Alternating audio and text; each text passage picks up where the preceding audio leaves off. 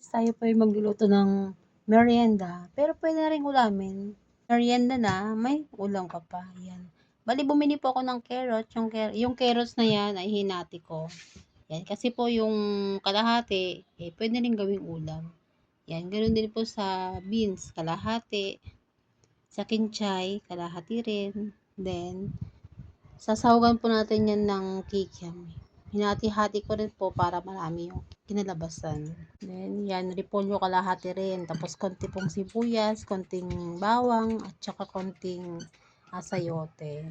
Ngayon naman po, mga mami, ay tayo po magluluto na para sa ating merienda.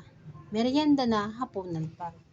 Ayan po, nagpasalang na tayo ng kawali para mag-isa na po tayo ng merienda na ulam pa. Pansit gisado.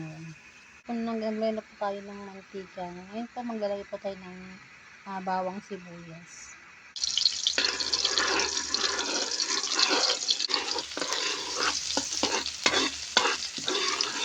Ito po natin yung sayote. Sunod na po natin yung lalakay ay repolyo.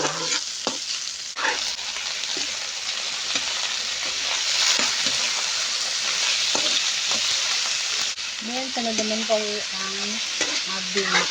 Haluin muna natin bago natin hanguin yung kalahati.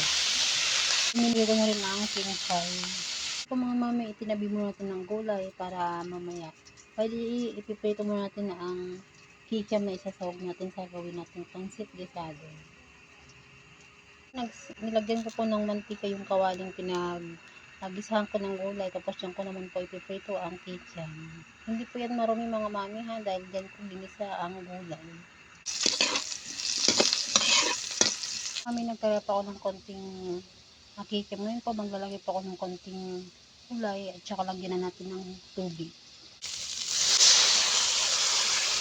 Kami nilagyan ko lang po siya ng toyo at saka lagyan ko rin ng Knorr chicken para po dagdag lasa sa ating gagawing pansit gisado.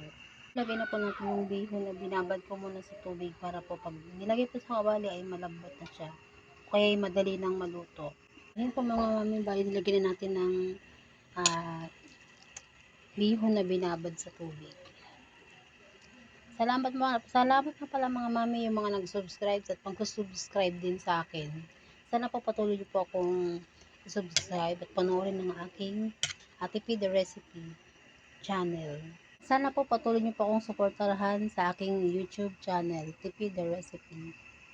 Mga mami, pasensya na po kayo kung medyo anemic yung kulay niya kasi po hindi pa ako mahilig maglagay ng maraming toyo. Kami luto na po ang ginisang bihon. Yan, sarap po, di po ba? Pwede na po yung merienda mga mami, pwede rin yan hapunan. Yan, luto na po siya. And then, pwede na po tayong kumain. Please like and share my YouTube channel, Tipid Recipe. Thank you for watching.